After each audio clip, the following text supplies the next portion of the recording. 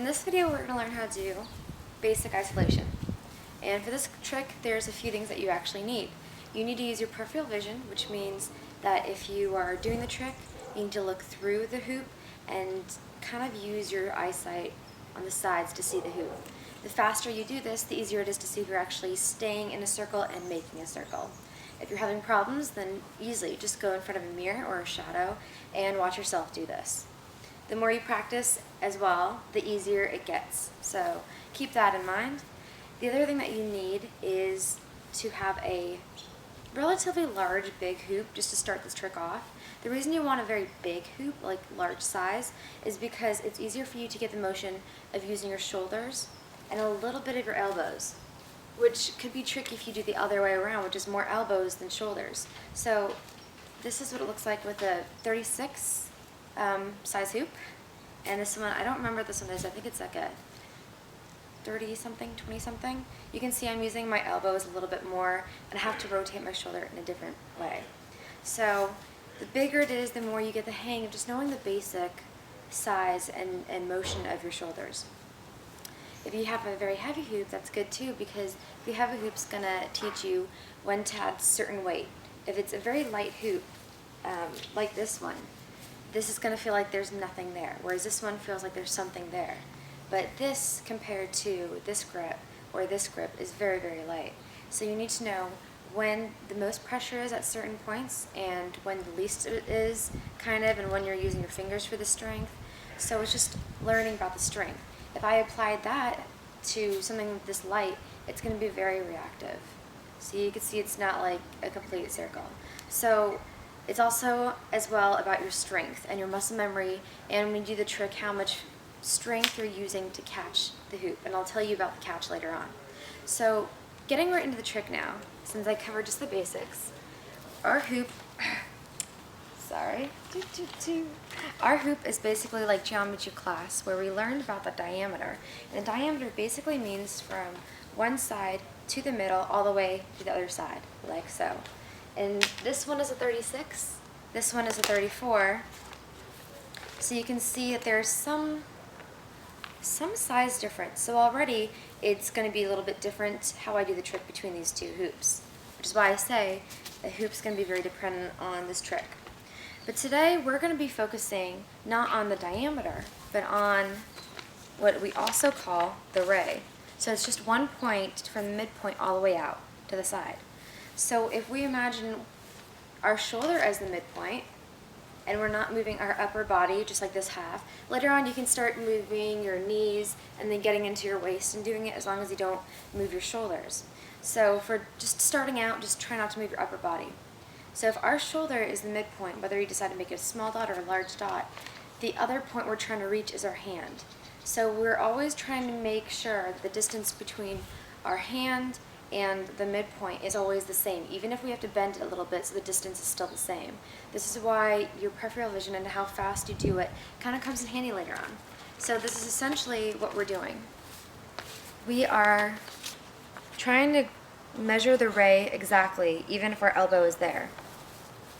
So to start off with, now that you know all the basics, have your hand out, palm up, put the hoop in hand, and we're going to start moving backwards. So that means our hand's going to travel to the left shoulder if we are using our right hand. So you're going to go all the way and make sure that you're making a circle. Sometimes you can look at it, but don't get in the habit of doing that. So you're going to say, okay, here's the curve of this line. All I have to do is make sure that I repeat that curve to make it look like it's going in a circle. And you go all the way until you feel that the pressure is more on your fingertips. And then you go all the way back until you feel like you can't go anymore. So if you can't go anymore, that's where the other trick comes in.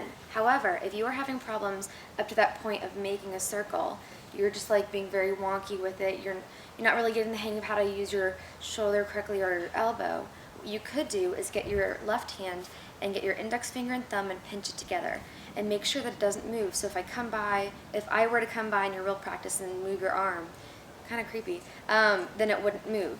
So that's because you want to prevent the hoop from, doing this as you practice. So try to do this. Start up at the beginning position, go to the left, and try to maintain the image of the circle. If you want to, you could also make sure that the hoop is in between your fingers. It's not touching your index finger and thumb. So you always want to try to be in that circle. So go all the way down, and then obviously it opens to let your hand by, but for the most part it doesn't do anything. So practice that until you get a circle. And then at this point, when you reach this point, sometimes it's to the side at 3 o'clock, sometimes it's at 2 o'clock, other times when you get really good, it's at 12 o'clock.